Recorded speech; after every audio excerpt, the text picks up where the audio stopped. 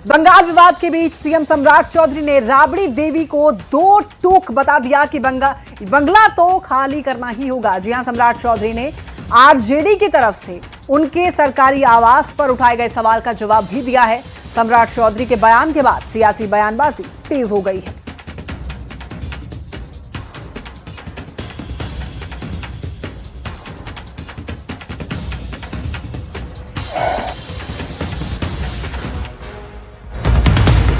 यहां किसी का बपौती नहीं हो सकता।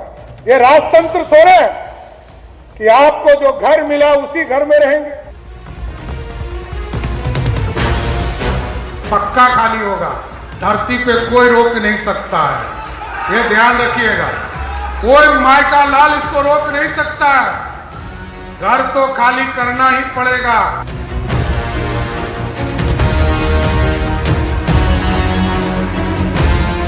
25 नवंबर 2025 को बिहार सरकार की ओर से विधान परिषद में नेता प्रतिपक्ष और आरजेडी नेता राबड़ी देवी को 10 सर्कुलर रोड का बंगला खाली करने का नोटिस मिला। नोटिस मिले 6 महीने से ज्यादा का समय हो गया। बंगला तो खाली नहीं हुआ, लेकिन सियासत सुपर फास्ट स्पीड से हो रही है। नोटिस पर नोटिस मिलने पर राबड़ी देवी ने नाराजगी जाहिर करते हुए बंगला खाली करने से ही मना कर दिया। खाली कर रहा है, फोर्स वाला काम नहीं खाली करेंगे। फिर आरजेडी की ओर से प्रेस कॉन्फ्रेंस करके सरकार पर निशाने साधे गए। तेजस्वी को, राजद को टारगेट करेंगे तो हम सत्ता में से आएंगे। फिर क्या था, सीएम सम्राट चौधरी खुद सामने आए और दो टूक संदेश दे दिया। कहा बंगला किसी की बपौती नहीं है, खाली तो करना ही पड़ेगा। कुछ लोगों को लगता है मेरा घर खाली हो जाएगा, पक्का खाली होगा, धरती पे कोई रोक नहीं सकता है, ये ध्यान रखिएगा। कोई मायका लाल इसको रोक नहीं सकता है। घर तो खाली करना ही पड़ेगा। कोई राजतंत्र नहीं है, ये लोकतंत्र है। सीएम सम्राट चौधरी ने आरजेडी के तंज का भी जवाब दिया, जो एक करने मार्ग के साथ 5 देश रत्न मार्ग को जोड़ने पर कसा गया था। जिस दिन पार्टी और हमारे नेता कहेंगे कि आपका काम यहीं पर समाप्त होता है, मैं आपको स्वस्थ करता हूं, सम्राट चौधरी 24 घंटे में अपना झोला उठाकर अपने प्राइवेट घर में चला जाएगा, कभी सरकारी घर में नहीं रहेगा। राबड़ी देवी सहित पूरे आरजेडी को सीएम सम्राट की ओर से दिए गए दो टूक संदेश पर सियासत तेज है। हाँ, बपौती है कुछ लोगों के लिए सरकारी आवास, वो एनडीए के हैं। नीतीश कुमार जी, इनकी मकान आप खाली कराए ना, नितिन नवीन जी की खाली कराए ना। एक और आरजेडी ने सीएम सम्राट के बयान पर पलटवार किया, तो दूसरी ओर जेडीयू के नेता आरजेडी पर तंज कस रहे हैं। इसी तरह की आदतों के चलते बिहार की जनता के चित्त से ये लोग उतर गए। फिलहाल भवन निर्माण विभाग ने राबड़ी देवी को 10 सर्कुलर रोड खाली करके 39 हार्डिंग रोड में शिफ्ट होने का नोटिस दिया है।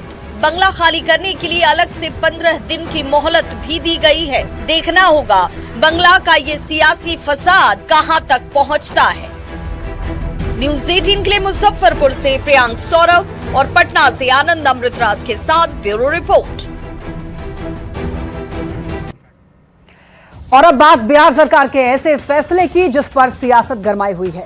सरकार ने बिहार में मदरसों की जांच के आदेश दिए हैं।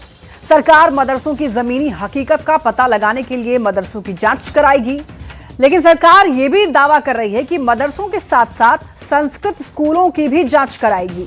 लेकिन सरकार के इस आदेश पर सियासी बहस तेज हो गई है। बिहार में मदरसों की जांच, हकीकत जानेगी सरकार, जांच पर सियासी आंच। मदरसों की जांच के नाम पर आप शिक्षा से लोगों को वंचित करते हैं। सम्राट सरकार ने बिहार में मदरसों की जांच कराने का बड़ा फैसला लिया है। शिक्षा सचिव विनोद सिंह गुंजियाल ने सभी डीएम को पत्र जारी करते हुए मदरसों के निरीक्षण के आदेश दिए हैं। सरकार सरकारी सहायता और अनुदान पाने वाले सभी मदरसों की जमीनी हकीकत का पता लगाएगी। जांच प्रक्रिया को निष्पक्ष और पारदर्शी बनाने के लिए ब्लॉक स्तर पर एक विशेष 3 सदस्यीय कमेटी का गठन करने के निर्देश दिए गए हैं। बिहार में मदरसों की जांच पर सियासी बयानबाजी भी तेज है। एनडीए का कहना है कि जांच जरूरी, जबकि आरजेडी और कांग्रेस का आरोप है कि जांच की आड़ में एजेंडा सेट किया जा रहा है। जांच के लिए जो फैसला लिया है उसमें एक बात का ख्याल रखना होगा कि ऐसा न हो कि मदरसों की जांच के नाम पर आप शिक्षा से लोगों को वंचित कर दें और जो बुनियादी शिक्षा, बुनियादी तालीम लोग हासिल कर रहे हैं उससे ही कहीं ना कहीं वंचित होना पड़े। हमने देखा है कि शिक्षा मंत्री का बयान है कि हम दोनों की जांच करें, और एक चीज हमेशा सोचना चाहिए कि जांच अपने आप में कभी कोई गलत चीज नहीं होती, और जांच कराने के लिए तो सबको हमेशा तैयार रहना चाहिए। बिहार की सरकार, एनडीए की सरकार, माननीय सम्राट चौधरी जी के नेतृत्व वाली सरकार चाहती है कि हर तबके के नौनिहालों को मॉडर्न एजुकेशन मिले, उनका भविष्य उज्जवल हो। अब मदरसा की जांच, संस्कृत विद्यालय की जांच या स्कूलों की जांच का आदेश सरकार दे रही है। 20 साल से आप ही की सरकार थी, तो इसमें जांच की व्यवस्था कितना लचर था, जो स्वच्छता से मदरसा, संस्कृत बोर्ड या स्कूलों में पढ़ाई नहीं हो रही है। वहीं मदरसों की जांच पर हो रही सियासत के बीच सरकार ने ये भी कह दिया कि सरकार मदरसों के साथ संस्कृत स्कूलों की भी जांच कराएगी। शिक्षा मंत्री मिथिलेश तिवारी का कहना है कि मदरसों के साथ सरकार राज्य के संस्कृत स्कूलों की भी जांच कराएगी। सरकार मदरसे और संस्कृत स्कूलों पर खर्च की ऑडिट रिपोर्ट तैयार करेगी। तो मंत्री दिलीप जायसवाल ने कहा कि मदरसों के साथ संस्कृत स्कूलों की भी जाँच कराई जा रही है। बहुत से संस्थान ऐसे होते हैं जो कागज पर चलते हैं और सरकार की सुविधा लेते रहते हैं। इसीलिए सरकार ने यह फैसला लिया है कि चाहे वो संस्कृत विद्यालय हो, चाहे मदरसा हो, इनकी जांच करके अद्यतन स्थिति यानी फिजिकल रिपोर्ट सरकार के पास आए। बिहार में सरकारी सहायता प्राप्त मदरसों, संस्कृत विद्यालयों की जांच को लेकर राजनीतिक विवाद गहरा गया है। इस मुद्दे पर सियासी बहस तेज है। सरकार का दावा है कि वो ये जानने की कोशिश कर रही है कि ऐसे मदरसे और संस्कृत स्कूल वास्तव में चल रहे हैं या नहीं, लेकिन विपक्ष को सरकार की मंशा पर ही शक लग रहा है। न्यूज़ 18 के लिए पटना से रजनीश कुमार के साथ शैलेंद्र कुमार की रिपोर्ट। बिहार में विधान परिषद चुनाव को लेकर हलचल तेज है। एक और पूर्व सीएम नीतीश कुमार के आवास पर जेडीयू के वरिष्ठ नेताओं की अहम बैठक हुई। दूसरी ओर असदुद्दीन ओवैसी की पार्टी एआईएमआईएम ने आरजेडी नेता तेजस्वी यादव से 1 सीट की डिमांड कर दी है।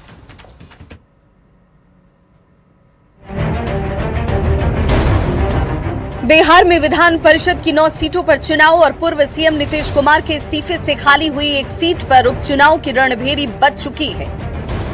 8 जून को नॉमिनेशन की आखिरी तारीख है और 18 जून को चुनाव। जाहिर सी बात है, एमएलसी चुनाव के पहले पटना में हलचल काफी तेज है। जेडीयू के एमएलसी उम्मीदवार को लेकर पार्टी अध्यक्ष नीतीश कुमार के आवास पर एक महत्वपूर्ण बैठक हुई, जो लगभग 1.5 घंटे तक चली। बैठक में ललन सिंह, संजय झा भी मौजूद रहे। नीतीश कुमार के आवास पर जेडीयू के बड़े नेताओं की बैठक से ये साफ है कि जेडीयू ऐसे उम्मीदवारों का चयन करना चाहती है जिसे लेकर कोई तरह का कंट्रोवर्सी न हो और जिसमें क्षेत्रीय समीकरण हो, जातीय समीकरण हो, उसका भी खास ख्याल रखा जाए। माना जा रहा है कि उपचुनाव वाली सीट सहित 10 में से 4 सीटें जेडीयू के खाते में जाएंगी। इन 4 सीटों पर उम्मीदवार कौन कौन होंगे, इसे लेकर जेडीयू में तो मंथन चल रहा है। दूसरे गठबंधन यानी महागठबंधन में भी एमएलसी चुनाव की हलचल सुनाई दे रही है। सरगर्मी तब और ज्यादा तेज हो गई जब राज्यसभा चुनाव में दिए गए सपोर्ट का हवाला देते हुए असदुद्दीन ओवैसी की पार्टी एआईएमआईएम ने आरजेडी नेता तेजस्वी यादव से 1 सीट की डिमांड कर दी। से बात हुई तो उन्होंने कहा कि नहीं, अभी राज्यसभा में जाने दीजिए, आगामी दिनों में आपका देखा जाएगा। तो उन्होंने वादा किया है, तो ये वादा उनको निभाना चाहिए। एआईएमआईएम की डिमांड पर आरजेडी प्रवक्ता मृत्युंजय तिवारी ने कैसे गोलमोल जवाब दिया, वो भी सुनिए। तो ये सारे फैसले जब समय आएंगे नेतृत्व के द्वारा ले लिया जाएगा और फिर इसके बाद सारी चीजों को सामने रख दिया जाएगा। बता दें कि बिहार में विधान परिषद की 9 सीटों पर चुनाव और 1 सीट पर उपचुनाव होने जा रहा है। उपचुनाव की अधिसूचना अलग से जारी हुई है। ऐसे में उस सीट का जेडीयू के खाते में जाना तय है। बाकी बचे 9 सीटों के चुनाव में सत्ताधारी एनडीए के पास 200 से ज्यादा विधायकों का समर्थन है। ऐसे में एनडीए 8 सीटों पर अपने उम्मीदवार आसानी से जिता लेगा। यानी जो असली लड़ाई है वो 1 सीट यानी कि 9वीं सीट की है। एनडीए के नेता राज्यसभा चुनाव की तरह 100% स्ट्राइक रेट का दावा कर रहे हैं। नतीजा क्या होता है ये 18 जून को पता चलेगा। न्यूज़ 18 के लिए पटना से आनंद अमृतराज और शैलेंद्र कुमार के साथ ब्यूरो रिपोर्ट। पूरे बिहार में आज भी सहयोग शिविर का आयोजन किया गया। सीएम सम्राट चौधरी शेखपुरा और मुजफ्फरपुर में सहयोग शिविर में शामिल हुए। सम्राट चौधरी ने अधिकारियों को ये साफ हिदायत दिया है कि 30 दिन के भीतर जनता की समस्या का समाधान करें। सरकार का मकसद साफ है कि जनता की समस्याओं का ऑन द स्पॉट समाधान होना। शौचालय भी नहीं है, इसका बाद में पानी के रास्ता नहीं है, हमारे झोपड़ी के घर है। आए तो बोले कि एक लड़का आ रहा है तो आपका काम देखेगा। ये फरियादी पूरी उम्मीद और आस के साथ सरकार के सहयोग शिविर में अर्जी लगाने आए हैं। सीएम सम्राट का सहयोग शिविर अब बिहार के लोगों की नई उम्मीद बन चुकी है। मंगलवार को भी पूरे बिहार में सहयोग शिविर का आयोजन किया गया। सीएम सम्राट चौधरी खुद शेखपुरा और मुजफ्फरपुर में सहयोग शिविर में शामिल हुए और जनता की समस्याओं को सुना। शेखपुरा के बरभीगा में आयोजित सहयोग शिविर में सीएम सम्राट ने अधिकारियों को 2 टूक कह दिया कि जनता के आवेदनों पर समय पर कार्रवाई होनी चाहिए। किसी भी शिकायत की अनदेखी बर्दाश्त नहीं की जाएगी। लगभग 80% से अधिक लोग गांव में रहते हैं, तो गांव की आबादी में जाकर उनके बीच में जो मूलभूत सुविधा है उसको पहुंचाने का काम करना है। और साथियों, आपको स्पष्ट बताना चाहता हूं, सरकार की नीति स्पष्ट है कि 10 दिन तक यदि आपने कोई आवेदन दिया, 10 दिन तक यदि कोई कार्रवाई हमारे कर्मचारी के द्वारा या पदाधिकारी के द्वारा नहीं किया गया, स्वयं नोटिस देने का काम करता है। मुजफ्फरपुर के परसोनीनाथ पंचायत में भी सम्राट चौधरी सहयोग शिविर में शामिल हुए। सहयोग शिविर में 12,000 से ज्यादा शिकायतें आईं। सीएम सम्राट ने 1 महीने के भीतर सभी शिकायतों के समाधान का आदेश दिया, तो बिहार के कई जिलों में सहयोग शिविर लगाकर जनता की समस्याओं का समाधान किया गया। अधिकारी के पास जाएगा, मिनिस्टर के पास जाएगा। अगर राज्य सरकार के अधिकारी और मंत्री के पास वो शक्ति नहीं होगी तो उसका निष्पादन का तो मुख्यमंत्री के पास जाएगा। और इस तरह से समस्या के हल करने के लिए सरकार ने रास्ते बताए हैं। सहयोग शिविर के जरिए सम्राट सरकार का बड़ा लक्ष्य है।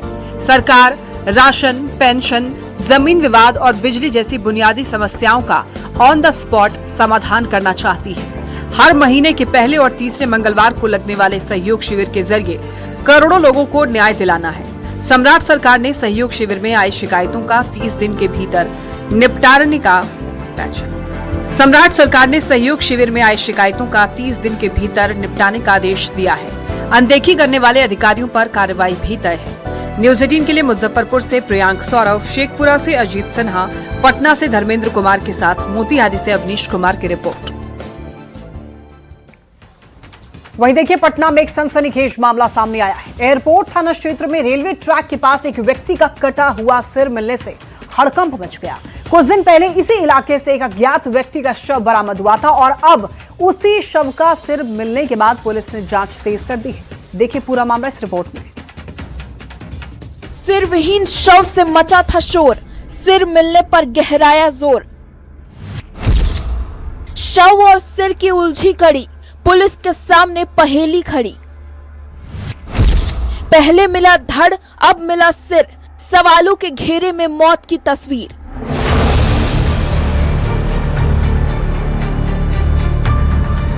राजधानी पटना के एयरपोर्ट थाना क्षेत्र में उस समय सनसनी फैल गई जब रेलवे ट्रैक के किनारे एक व्यक्ति का कटा हुआ सिर बरामद हुआ।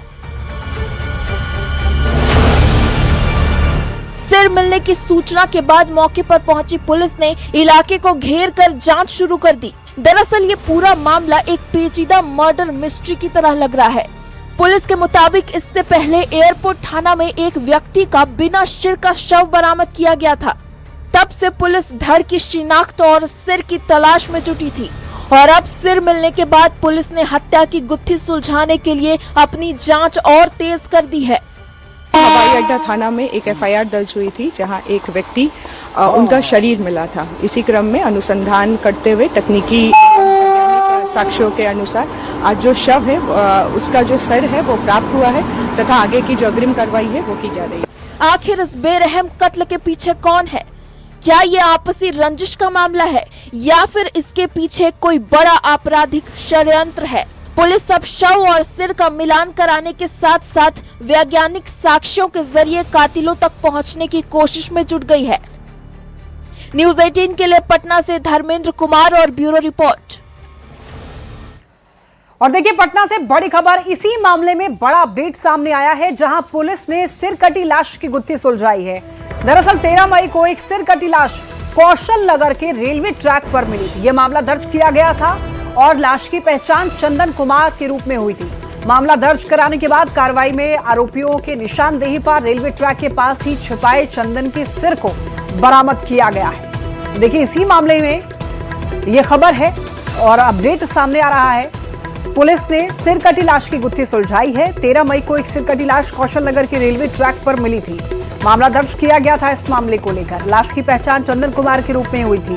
मामला दर्ज कराने के बाद कार्रवाई में आरोपियों की निशानदेही पर रेलवे ट्रैक के पास ही छिपाए चंदन के सिर को बरामद किया गया है। उसमें जो मृतक थे चंदन कुमार, उनके जो सर था उसे झाड़ीनुमा स्थान पर काट करके छुपा दिया गया है। जो घटनास्थल थे वहां पे उस झाड़ीनुमा स्थान से जो सुई थी उसे बरामद किया गया तथा मृतक के पास से उस दिन के पहने हुए कपड़े तथा अन्य सामान को विधिवत बरामद करते हुए जब्त किया गया। जब सामानों को विधिवत विधि विज्ञान प्रयोगशाला में जांच कराने हेतु भेजा गया है तथा वैज्ञानिक अनुसंधान इस पे जारी है। देखिए, वैशाली में वायरल हो रहे बुजुर्ग को 34 साल पुराने मामले में कोर्ट ने 3 साल की सजा सुनाई है। हालांकि कोर्ट ने बुजुर्ग को प्रोविजनल बेल भी दे दिया है, लेकिन इस बुजुर्ग की हालत देखकर न्याय व्यवस्था पर सवाल उठ रहे हैं। उम्र 85 साल, झुकी हुई कमर, 2 लोगों का सहारा लेकर चल रहे इस बुजुर्ग को देखिए। 34 साल पुराने मामले में 85 साल के बुजुर्ग को अदालत ने 3 साल की सजा सुनाई है। वैशाली व्यवहार न्यायालय भारी गहमा गहमी के बीच वायरल हो चुके 85 साल के दीपा राय को कोर्ट ने उनकी उम्र को देखते हुए 3 साल की सजा सुनाई। हालांकि सीआरपीसी के नियम के तहत दीपा राय को कोर्ट ने प्रोविजनल बेल भी दे दिया है, यानी दीपा राय अब जेल जाने से बच गए। लेकिन इस बुजुर्ग की हालत देखकर आप अंदाजा लगा सकते हैं कि हमारी न्याय व्यवस्था कैसी है। 26/5/26 को न्यायालय ने इस कांड में 5 अभियुक्तों को दोषी पाया और सभी का बंद पट खंडित कर सभी को न्यायिक हिरासत में भेजा, जिसमें एक जो अभियुक्त दीपा राय जिनकी उम्र 84 वर्ष थी और आज न्यायालय के द्वारा सजा के बिंदु पर सुनवाई हेतु निर्धारित किया गया था। अदालत से निकल रहे बुजुर्ग दीपा राय का शरीर साथ नहीं दे रहा है। 2 लोगों का सहारा लेकर वो चल रहे हैं। ये उम्र होती है जब लोग राम भजन करते हैं। ये उम्र होती है राम भजन करने की, लेकिन इस उम्र में ये बुजुर्ग अदालतों के चक्कर काट रहे हैं। 34 साल पुराने केस में बुजुर्ग दोषी तो ठहराए गए, लेकिन राहत की बात ये रही कि उन्हें बेल मिल गया। लेकिन बुजुर्ग की हालत देख करके हमारी न्याय व्यवस्था पर सवाल उठ रहे हैं। आखिर इंसाफ मिलने में इतनी देरी क्यों होती है?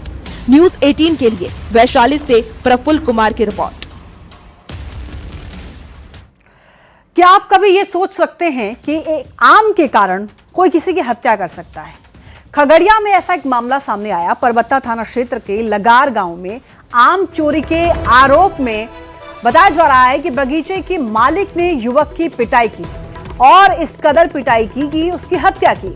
हत्या करके शव को कुएं में फेंक दिया। पूरे मामले की पुलिस तफ्तीश कर रही है। और बता दें आपको, इस घटना ने पूरे शहर में कोहराम मचाया हुआ है। चर्चा का विषय बना हुआ है ये मामला। घटना के बाद मौके पर भारी संख्या में भीड़ जमा हो गई। परिवार वालों का रो रो कर बुरा हाल है। आम की चोरी के बाद हत्या की वारदात की पुलिस तफ्तीश में जुटी है। परबत्ता थाना क्षेत्र के लगार गांव में हुए इस घटना ने सबको चौंका दिया है, सबका दिल दहला दिया है, सभी लोगों को सोचने पर मजबूर कर दिया है कि क्या कोई आम के चक्कर में किसी की जान ले सकता है। बगीचा था, अपना भी बगीचा था, ठीक। तो वो सुबह 3 बजे निकला, ठीक, और उधर से आया तो अपना बगीचा घूमते घूमते इधर भी बगीचा घुस गया होगा, और इस बगीचे में तो आए तो मारकर को फेंक दिया। रात में खड्डा है, वो खड्डा के कोर पर जब गया तो वहाँ करीब 5-6 किलो मैंने आम था, वहाँ पहमाल मिट्टी बनल था, वहाँ सलाह के काठी नहीं था, तो हम पानी में ढूक कर खोजने लगे, पानी में नहीं मिला जी। उसकी हत्या हुई। हाँ, हत्या हुआ। कौन कर सकता है हत्या? दयानंद यादव। प्रथम दृष्टया ऐसा लग रहा है कि इनकी मृत्यु मारपीट करने की वजह से हुई है। जांच के क्रम में हमें पता लग रहा है कि आम के बगीचे में आम चोरी का आरोप लगाकर इनके साथ मारपीट की घटना कारित की गई है। एक बेटी जब नए अरमान सजा करके अपने ससुराल की चौखट पार करती है तो कभी ख्वाब में भी उसने नहीं सोचा होता है कि जिस घर को वो अपना समझ रही है वही उसकी जिंदगी की आखिरी मंजिल बन जाए। अररिया आरएस थाना क्षेत्र के प्रेम नगर गांव से एक ऐसा खौफनाक और रिश्तों को शर्मसार कर देने वाला मामला सामने आया है जिसने इंसानियत को रोने पर मजबूर किया है। आखिर मामला क्या है, इस रिपोर्ट में देखिए।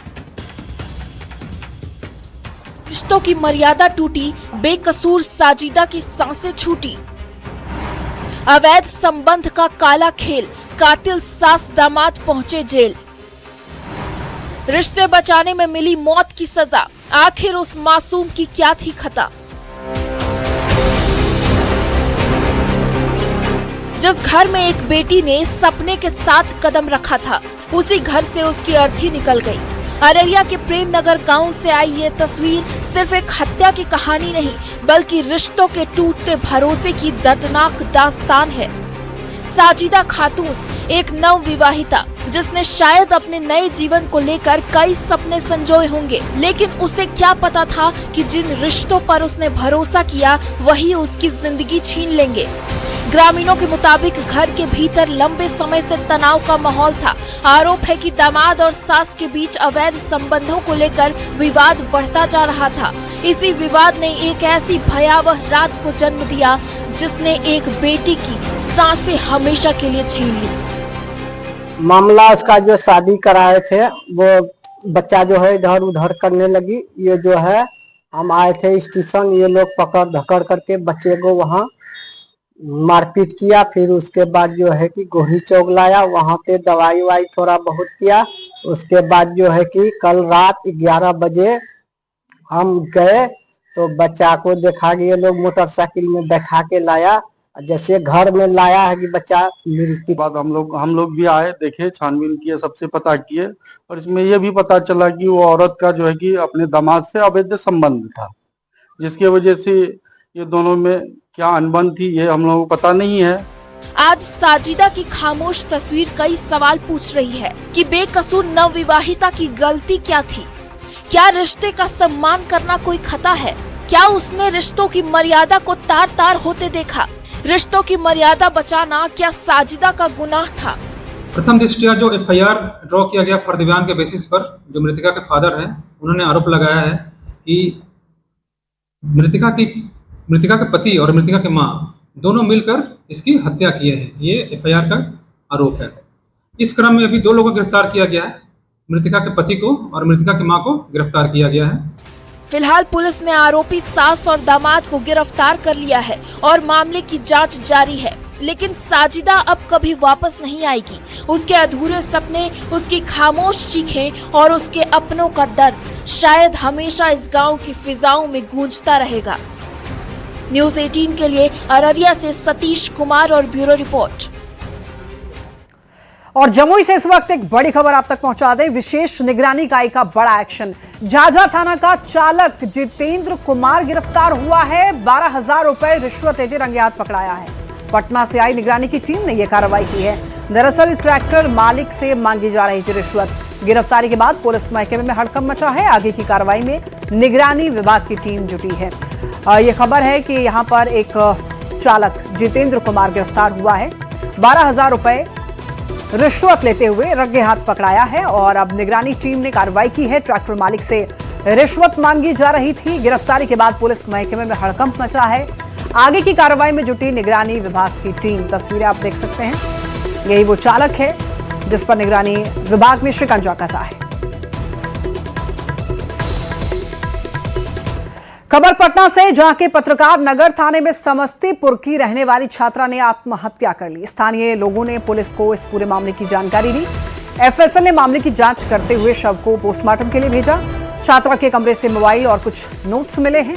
फिलहाल पुलिस परिजनों के आने का इंतजार कर रही है। अनुमंडल पुलिस अधिकारी अभिनव ने यह बताया है कि छात्रा 12वीं की परीक्षा के बाद घर से यहां पर आई थी। फिलहाल सुसाइड का कोई नोट फिलहाल नहीं मिला है।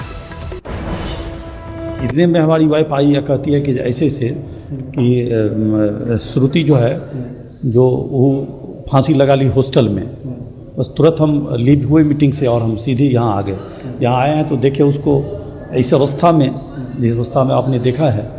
और बाकी कुछ पुलिस लोग थे यहाँ पर, सब खड़े हैं, बोले इन्वेस्टिगेशन होगा, अब कैसे क्या होगा। एफएसएल को बुला करके घटनास्थल का निरीक्षण कराया गया है। वहाँ पे जो भी सामग्री थी, बच्ची का आई कार्ड, उनके नोट्स, मोबाइल फ़ोन और अन्य चीज़, उनको जो है विधिवत जब्त किया गया है और इंक्वेस्ट और पोस्टमार्टम की प्रक्रिया भी जारी है। कुछ परिजन जो क्लोज रिलेटिव्स हैं यहाँ पे, वो यहाँ पे हैं और उनके मम्मी पापा इनके आने का हम लोग इंतजार कर रहे हैं। खबर पटना से, जहां पथ निर्माण विभाग में एक नई पहल की शुरुआत की गई है। अब शहर के पुलों के नीचे शौचालय का निर्माण कराया जाएगा लोगों के लिए। साथ ही सड़क किनारे की जमीन ठेले और स्टॉल लगाने वालों को दी जाएगी। सड़क के किनारे के अतिक्रमण से बचाने के लिए दरअसल पथ निर्माण की ओर से ये पहल की जा रही है और इसे लेकर पथ निर्माण विभाग ने सभी जिलों से सरकारी जमीनों की डिटेल रिपोर्ट मांगी है। शहर भर के पुलों के नीचे शौचालय बनाने का फैसला लिया गया है और साथ ही सड़क के किनारे की जो जमीन है उसे ठेले वाले और स्टॉल के लिए देने का एक बड़ा फैसला हुआ है। और जी हाँ, पथ निर्माण विभाग ने यह फैसला लिया है और बताया है कि जिस तरीके से तमाम जो पुल है उसके किनारे की जगह जो है अतिक्रमण हो जाती है, वो उस पर कब्जा हो जाता है, इसे बचाव के लिए एक बड़ा फैसला लिया गया है। उनका कहना है कि सार्वजनिक स्थलों पर ये जो बची हुई जो जगह है, जो आप देख रहे हैं पुल के नीचे की जगह, इन जगहों पर जो शौचालय जो है, सामुदायिक शौचालय लगाया जाएगा ताकि आने वाले लोगों को, राहगीरों को आसानी हो सके। खासी सड़क के किनारे अगर ज़्यादा से ज़्यादा ज़मीनें बची हुई हैं जहां पे स्टॉल लग सकता है, जिसे वेंडिंग जोन बनाया जा सकता है, तो इसे लेकर के भी जो है वो पहल शुरू की गई है।